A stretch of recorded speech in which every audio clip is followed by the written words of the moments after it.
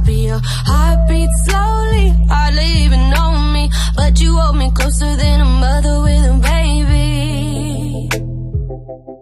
The Alice 80, the Alice layout keyboard from FEKER. It's tri-mode, so it supports Bluetooth, wired, and 2.4 GHz connections. It's also VIA compatible. Inside the box you get a branded dust cover, a coiled USB-C cable, a keycap puller, and a switch puller. Case is clipped on and is made out of ABS plastic. There are 2-stage adjustable feet.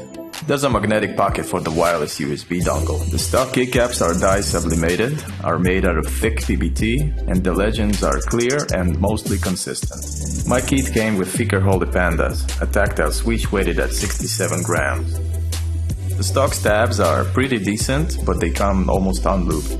This board supports only plate-mounted stabilizers. The knob is metal and has a textured finish. Carefully pry opening the top cover will get you inside the case. The unique Alice layout is supported by 2 PCBs that are connected by 2 bridge connectors. They are very delicate, so be careful with those. There's a USB-C daughter board and 2 batteries, 4000 mAh each. This is a gasket-mounted keyboard, and it has 2 systems of gaskets. Boron gaskets for the case and silicone gaskets for the plate. The plate is polycarbonate. The case includes a thick silicone pad for sound dampening and also adds weight. Plate sound dampening is controlled by a silicone layer as well. The PCB has hot swap sockets, south-facing RGB, and after a quick firmware update, also supports VIA. Now let's check out the stock sound test.